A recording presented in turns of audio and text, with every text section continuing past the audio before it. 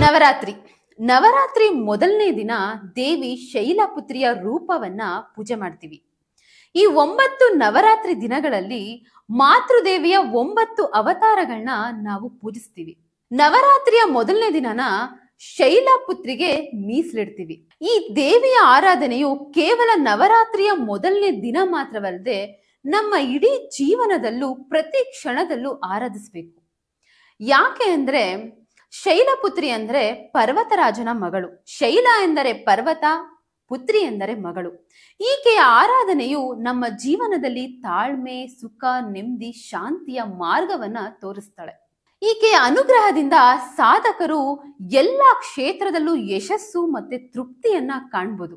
ಶೈಲಪುತ್ರಿಯ ದೇವಿಯ ಹೆಸರಲ್ಲಿ ಸ್ವತಃ ಶಕ್ತಿ ಮತ್ತು ಸಕಾರಾತ್ಮಕತೆಯ ಸಂಕೇತವಾಗಿದ್ದಾಳೆ. ಈ ದೇವಿಯ ಆರಾಧನೆಯಿಂದ ಮತ್ತು ಈ ದೇವಿಯನ್ನು ಪೂಜಿಸುವ ಪ್ರತಿಯೊಬ್ಬ ಭಕ್ತರಿಗೂ ಸಂತೋಷ ಮತ್ತು ನೆಮ್ಮದಿಯನ್ನ ಈ ದೇವಿ ಕರುಣಿಸ್ತಾಳೆ.